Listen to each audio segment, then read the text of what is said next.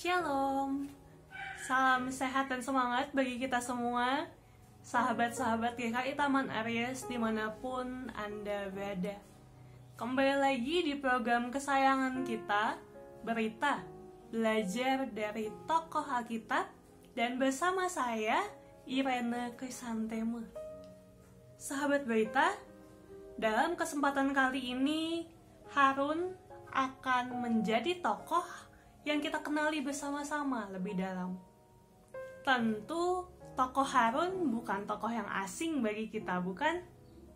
Ya, berdasarkan sumber kitab Keluaran pasal 6 ayatnya yang ke-16 sampai 20 dan 1 Tawarik 6 ayatnya yang ke-1 sampai ayat ke-3, asal-usul Harun sangat jelas tertera di dalam kitab itu.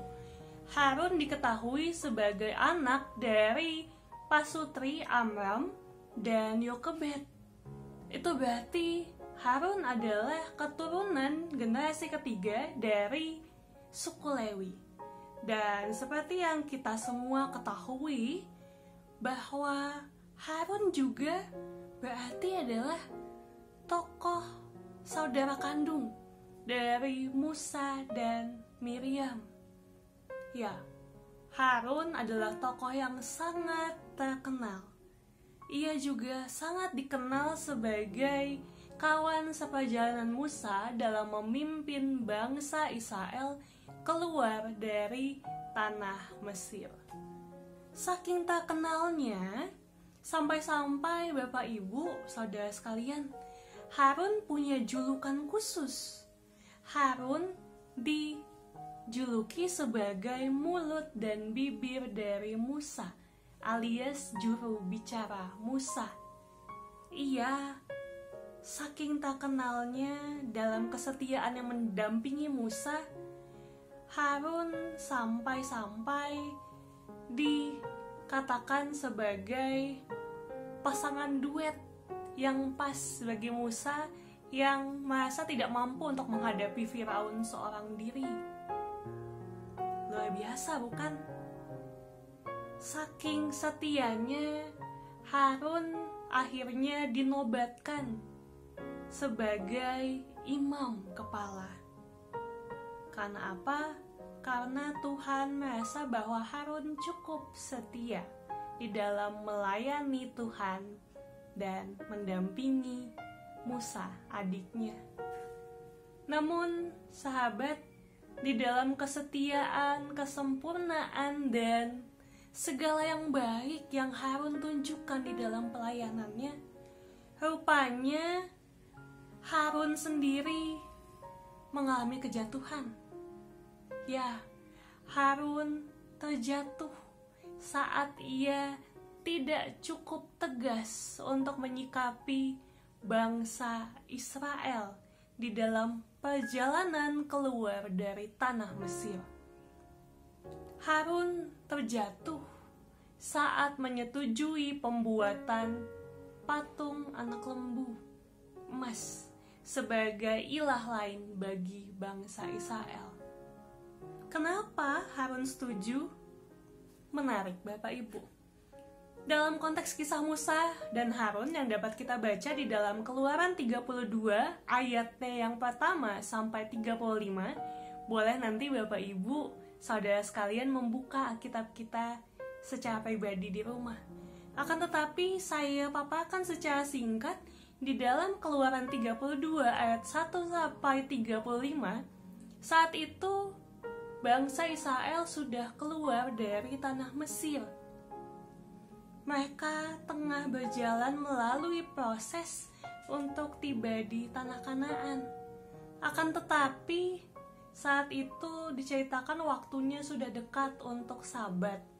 Dan saat itu pula, Musa tengah bertemu dengan Allah di Gunung Sinai selama 40 hari 40 malam dan belum turun juga.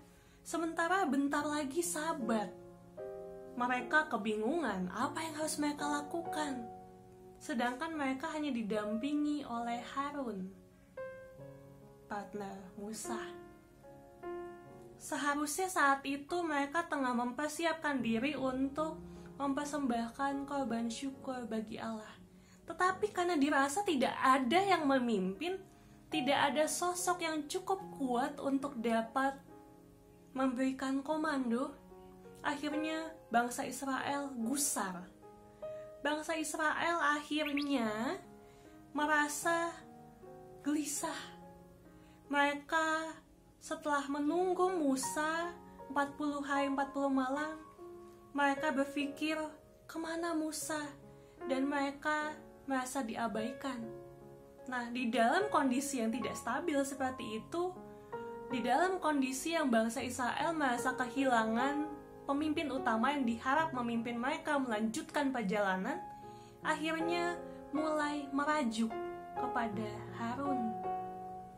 Bangsa Israel merajuk kepada Harun untuk dibuatkan replika sosok yang diharap dapat menguatkan mereka untuk kembali melanjutkan perjuangan untuk sampai di tanah Kanaan. Sepertinya di situ bagi bangsa Israel, kehadiran sosok Musa dianggap merepresentasikan kekuatan Allah yang memang selama ini diandalkan untuk membantu mereka tetap tegar.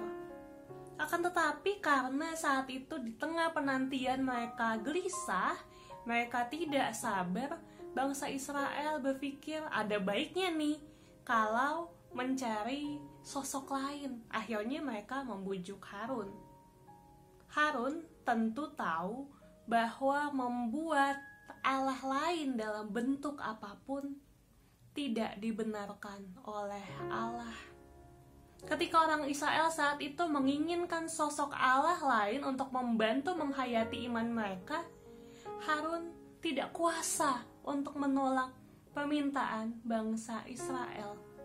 Dan memang dalam tradisi umat kebanyakan yang saat itu masih bercampur dengan paganisme, penyembahan ternak atau sosok bagai ternak dianggap sebagai bagian yang mungkin tepat untuk menjadi lambang kehadiran para dewa yang menguatkan.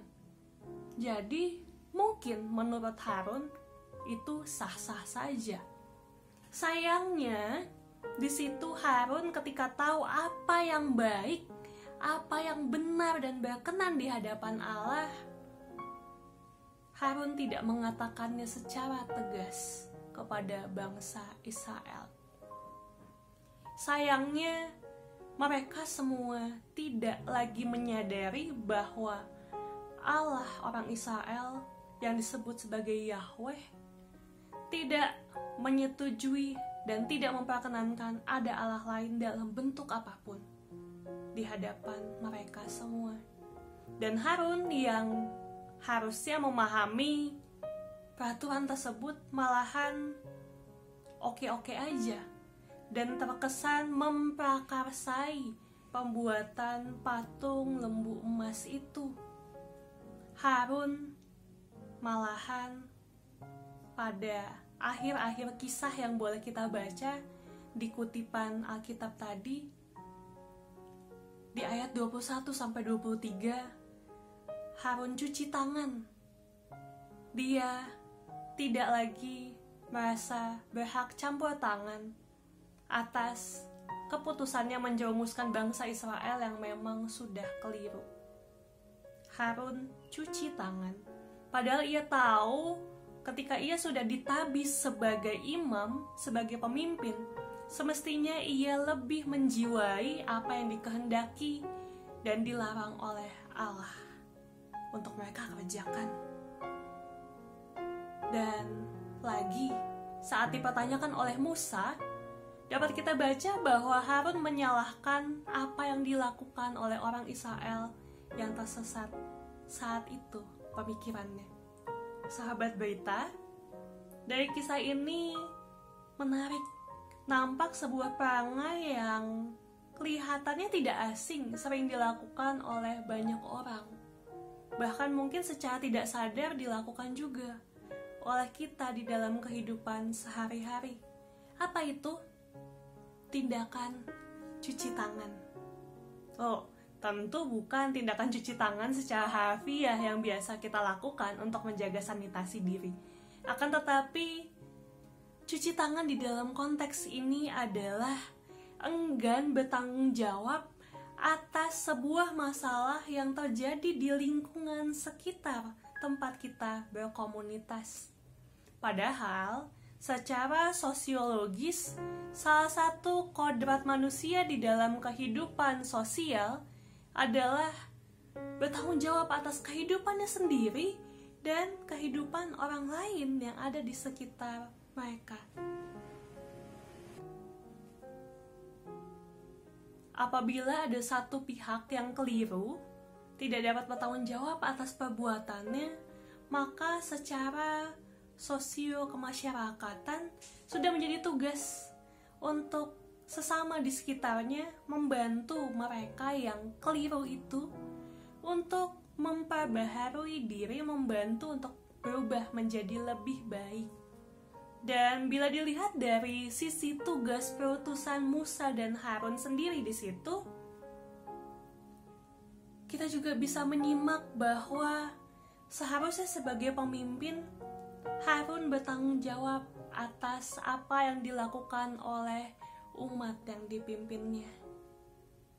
Tentu, kita juga bisa menyimak bahwa dilihat dari sisi ketika Allah menciptakan setiap kita di awal kisah penciptaan, tujuan Allah untuk menciptakan Hawa, manusia satu lagi, untuk membimbing, untuk menolong, menjadi penolong yang sepadan bagi Adam, semata-mata adalah sebuah visi dari Allah, kehendak dari Allah untuk membantu kita menyadari bahwa kita turut bertanggung jawab menopang sesama kita dalam kondisi baik pun kondisi yang tidak baik.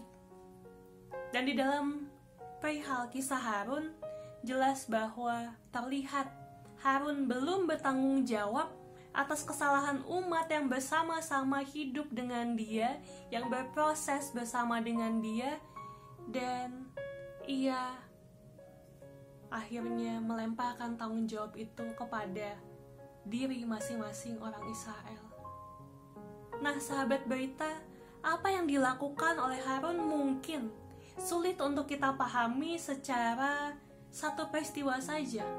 Akan tetapi, singkatnya, dari kisah ini bersama-sama kita bisa belajar.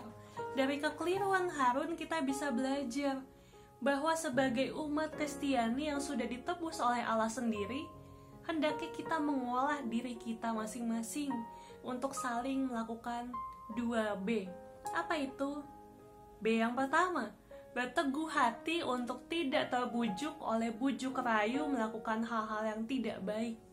Tentu, keteguhan hati ini adalah sebuah proses. Akan tetapi melalui kisah Harun ini, kita diajak bersama-sama untuk berteguh hati melakukan apa yang kita yakini benar dan baik serta tepat di hadapan Allah pencipta kita. Dan B yang kedua adalah bertanggung jawab untuk turut mengingatkan sesama agar tidak melakukan apa yang keliru, yang tidak berkenan di hadapan Allah. Jangan lekas cuci tangan atas kesalahan di sekitar kita, seperti apa yang Harun lakukan di dalam kisah ini. Maka mari sahabat, janganlah kita mengulangi kekeliruan Harun yang dengan mudahnya tidak teguh hati terhadap prinsip yang benar dan patut, serta lepas tanggung jawab atas sesamanya. Mari melalui kisah ini kita nyatakan di dalam kehidupan kita bahwa sebagai umat yang hidup di dalam komunitas kasih Allah, hendaknya kita saling memperhatikan dan bertolong-tolongan menanggung beban dan kegelisahan sesama kita dengan menyatakan teguran apabila ada sesama kita yang keliru dan turut menopang sesama kita yang bersalah untuk bisa memperbaiki diri, tidak mengulangi kesalahannya, bukan sekedar cuci tangan di tengah masalah. Pesan pada berita hari ini adalah, mari kita belajar dari kekeliruan Harun. Kita berproses untuk menjadi saksi kebenaran dari Allah yang berteguh hati dan bertanggung jawab. Maka, sahabat GKI Taman Aries dimanapun kita berada, kiranya ketika kita belajar bersama-sama, Allah Bapa di dalam Tuhan Yesus Kristus melalui Roh Kudus senantiasa menginspirasi kita untuk melakukan kehendak Tuhan di dalam kehidupan berkomunitas di tengah masyarakat. Semangat belajar, selamat memperbaharui diri untuk senantiasa berteguh hati dan peduli terhadap sesama kita, bukan sekedar lekas cuci tangan di dalam sebuah permasalahan. Tuhan Yesus memberkati kita semua. Amin.